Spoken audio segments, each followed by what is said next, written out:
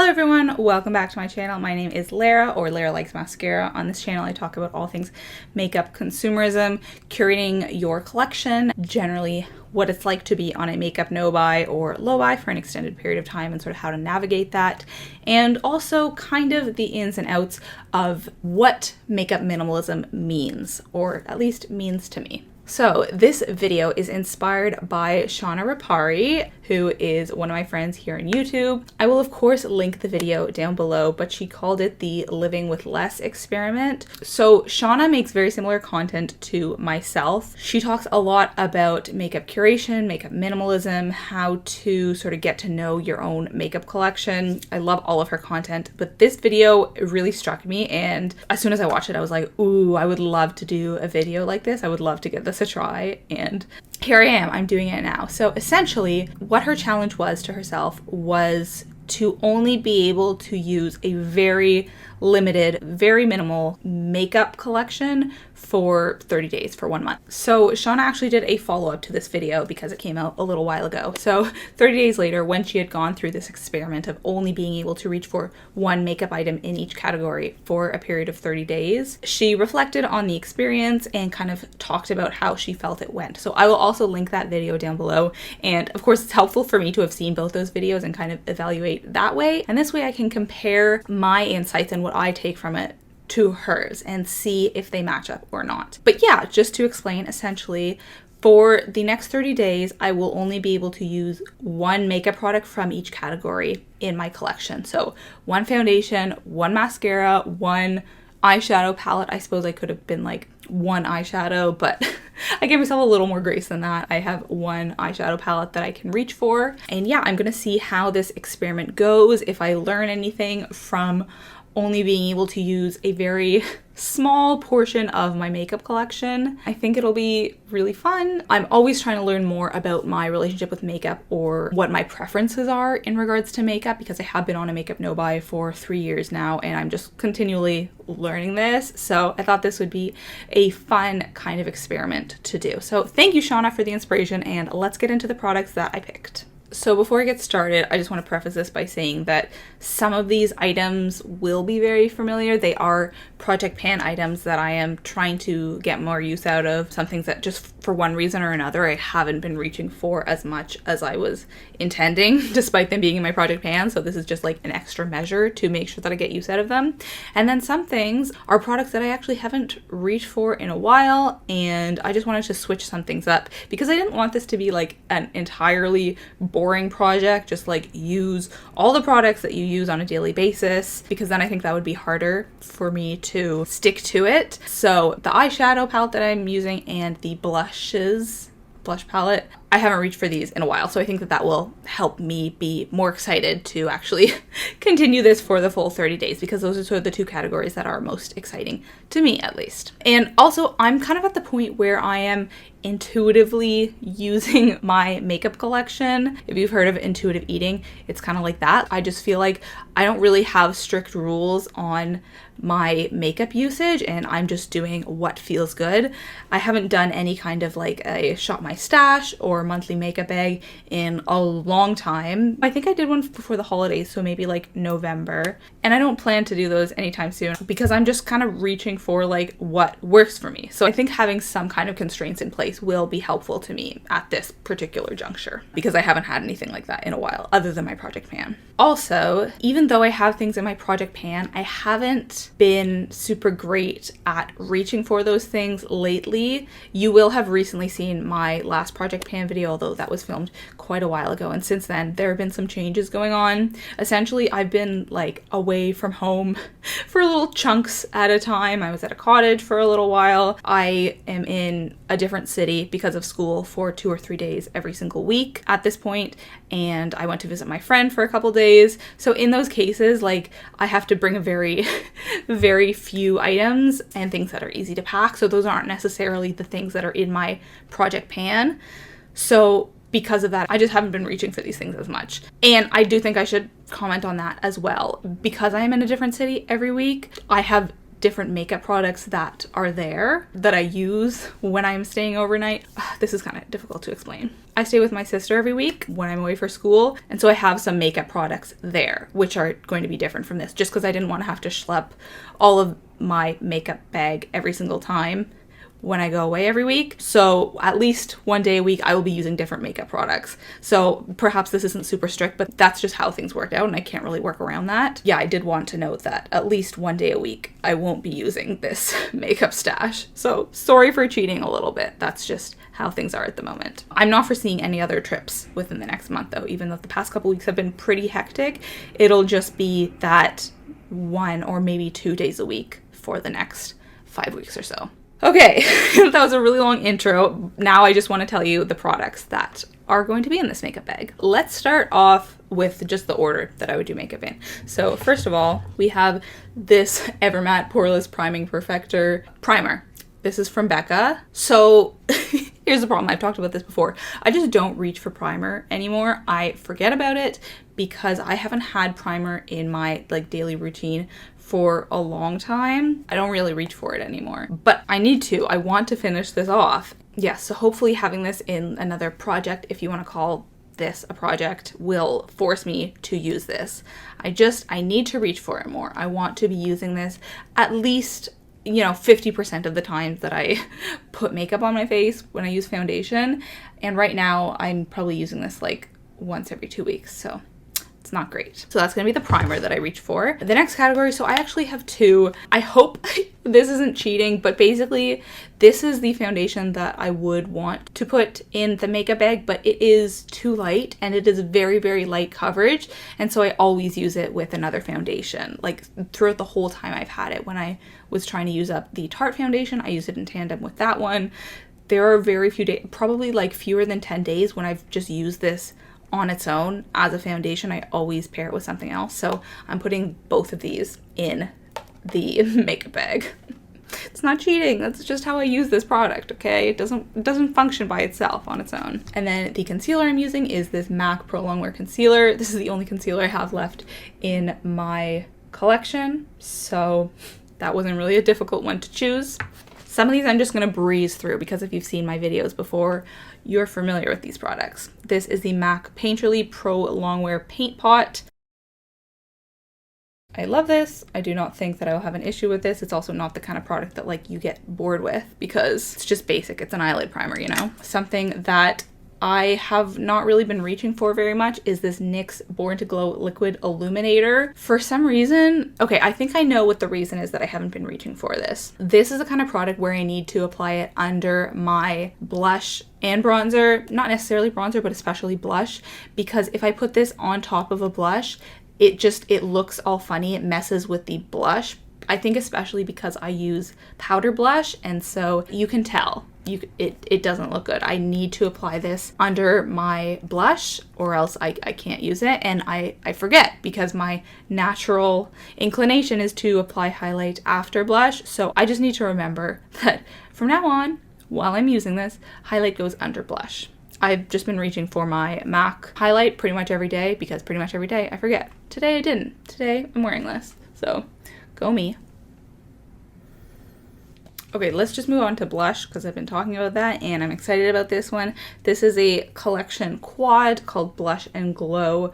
When I first got this, I was really, really into it, but I haven't used it hardly at all in the last year or two, I would say. So these are the 2 blushes that I will be able to reach for. Yes, I know that this is 2 rather than 1, but this is a quad, so let's just count it as 1, please. Blush is also one of those things that I've just been not great at reaching for the same one. I've kind of been floundering since I finished my e.l.f. blush.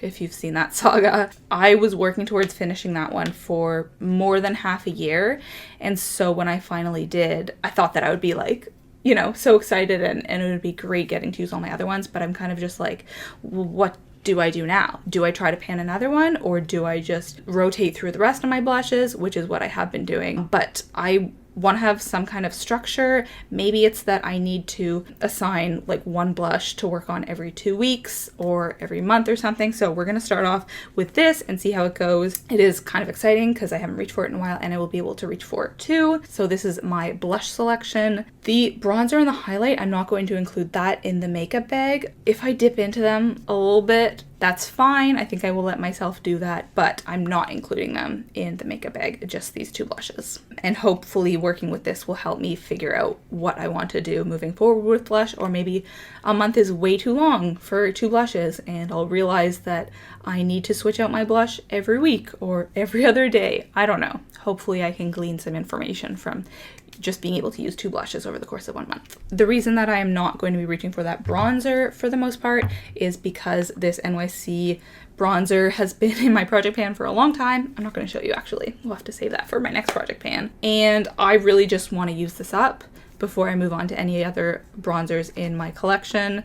I feel like I'm almost there. Actually, let's show you. I feel like I'm almost there, but bronzer takes me a long time, so I have no idea. I'm gonna say this will be done in my next update or the update after that, and I just kind of want it out. So there's that. And then as for the powder that I'll be reaching for, it's my Laura Mercier loose setting powder in translucent. This is actually the powder that I reach for pretty much every day, but it's never been in a project pan just because I don't have that many powders and I don't feel like I have to force myself to reach for it.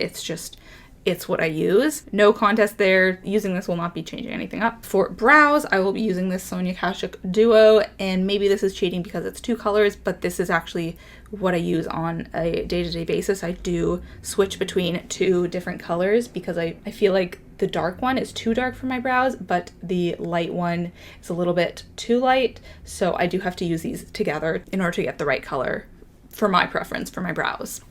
Orangey Glad! Yay! This is the palette. This is the most exciting part of this 30-day challenge. I think I would find it a little bit boring if not for this palette, but because I have been so excited to use this palette, I even posted on Instagram a little while ago with like a look that I had done from this palette last summer, it being like, I can't wait to use this again. Here in Toronto, it is still winter, very much so. It's not spring, but I've just been itching to give those oranges some use. Got some beautiful bright colors in there, got some lovely shimmers. I think my favorites, or the ones that I reach for the most, are Sunkissed, there, that bright one, and also Mimosa Mommy. Those 2 are super fun.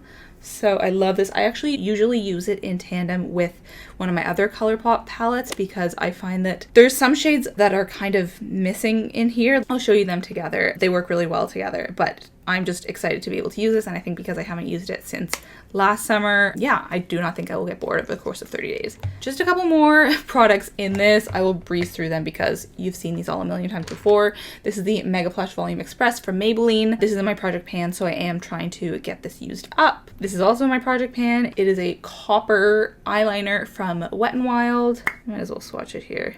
Nothing special, but as you can see, it's not super tall. I have gotten a lot of use out of this, so just trying to get some more. And I've been tending to reach for black liner a lot recently. I think just because I've had some like nicer events, and I tend to reach for black liner if I want more, you know, bolder makeup. But as it is kind of becoming spring, I think the brown makes sense. This is what I'm going to be using for brow gel. It is the Nature Luxe Mousse Mascara. I've just been loving using this as brow gel. It is what I have in my brows today. It gives me a very bold but also separated brow look, which I love. And then for lips, these 2, I think they're both in my project pan. This is the L'Oreal Collection Privé by Julienne, and this is the La Senza Ula lips. Because I've been away for most of the past 2 weeks and haven't brought these with me, I don't think I've reached for them in a long time. So yeah, just putting these in another project and forcing myself to use them. That is the name of the game. Those are all the products. I hope I didn't forget anything. Oh, also this Urban Decay All Nighter setting spray, but this is the only setting spray I have, so that's not going to be a challenge. I do have a like bigger one for when I finish this. Also, I'm at the point where like it sounds like there's quite a bit left, but when I spray it, it's just like in random bits on my face. You know, it doesn't come out as a cohesive spray. It's just like, I don't know how else to describe it. So yeah, do I just stop using it? I don't really know what to do. Okay, So let me talk a little bit about what I think the challenges will be for this and overall how I expect the next month to go. I think there's some categories that I will not get bored of just from experience. So concealer, this has been my only concealer. I actually don't even know when I finished my last concealer. What was my last concealer?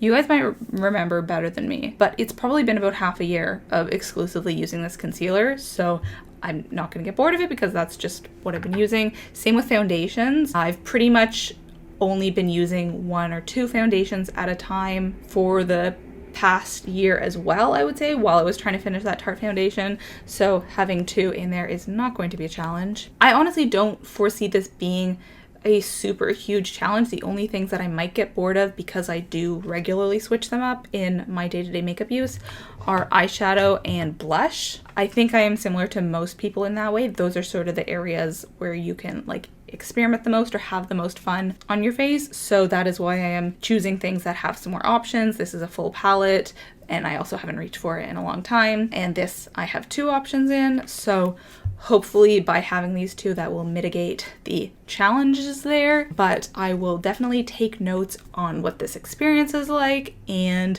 if there's any surprises. Because I don't track my makeup use as well as some people, I know a lot of people, for products that are in their project pan, they have a piece of paper and they like tick off how many times they use it in a month, or even if it's not in their project pan, they just like to keep track of how frequently they're using products. I do not do that whatsoever with my makeup collection. It just doesn't work for me. So maybe I've actually been using these things fewer times than I think. Like maybe with this one, I feel like I'm using this eyeliner pretty much every single day that I wear makeup, but maybe actually 3 times a week I'll find myself reaching for my black liner and then realizing, oh, that's why I wasn't actually making that much progress on this, because I was reaching for another eyeliner and I wasn't realizing it. So yeah, I'm looking forward to finding out what I can learn, what I can glean from my makeup preferences over the next month. Thank you again, Shauna, for the inspiration.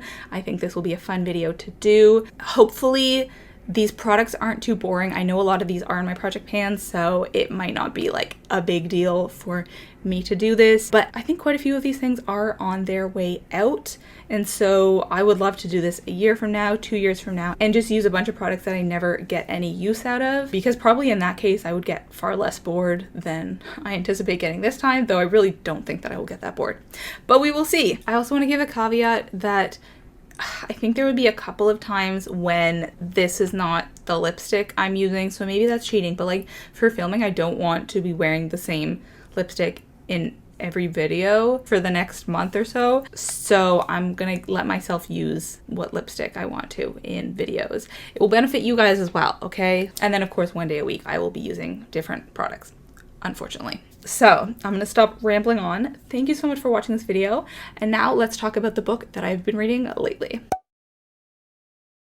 So this is a textbook that I'm reading for school. I mean, it's not like an actual textbook. In grad school, you don't read like actual textbooks, I don't think. Maybe in science, who knows. This is called The Cow with the Ear Tag by Catherine Gillespie. I had not heard of this, but I'm really glad to be reading it. Where to start? So I'm reading this for a class that I have spoken about before. It's a class on consumerism, so we're sort of discussing all aspects of the current late capitalist world that we are living in, here in the West at least. This is essentially about the dairy and meat industry. I'm only about a quarter in. I do have to give a presentation on it next week, so gotta read this pretty quick. I have been vegan for a number of years, and so that's why I decided to do this one for the presentation. And this is not one that I would have picked up if not for school, just because I hadn't heard of it, but I'm really glad to be reading it because I feel like it kind of discusses all aspects. It takes a very intersectional lens on the issue of the dairy industry in a way that other, vegan-centered books don't necessarily, because there's all sorts of issues other than like the animal rights abuses, right? There's the feminist aspect, there are the people who are actually involved, not just the animal, but the farm workers and how they're exploited. So even though I'm only a quarter in, this covers a ton of information. It is fascinating. Definitely some challenging parts, but it so far hasn't been super graphic. It's just explaining more like the processes that are in place, the laws that exist in the US, and how the dairy industry came to be how it is today, rather than actually talking about what goes on like on the floor in dairy farms. It's not super academic as well. If that sounds interesting to you, I would highly recommend it. I am learning a lot. She's also talked a little bit about how small farms are not necessarily better. So throughout the book, she's trying to like get in to see what these dairy farms are like. But of course, no farmers are letting her in because they don't want the public to know what's going on in these farms most of the time. And even small farms are not letting her see their practices because, you know, we assume that if it's a small farm, like a family owned business, then they would have much better practices. But generally they have to keep up with the industry standard, right? They have to be producing at a certain rate. There is a profit motive, which is the problem with so many of these industries, right? Like that's just how they're structured. This is the issue with capitalism. So yeah, I just thought that was important to note because obviously, you know, we feel that it is more ethical if we are buying from smaller businesses, but a lot of the time they just have to keep up with the pace of the industry, and you know, that's not on them. That's just how the system operates. There's also the issue of, you know, a more ethical farm would take up a larger environmental footprint because each of those animals require more space and more food. So there's so many complexities in an industry like this. So that is going to be it for today's video. Thank you so much for watching. Let me know how you think I will do on this 30-day challenge, and I'll talk to you next time. Bye-bye.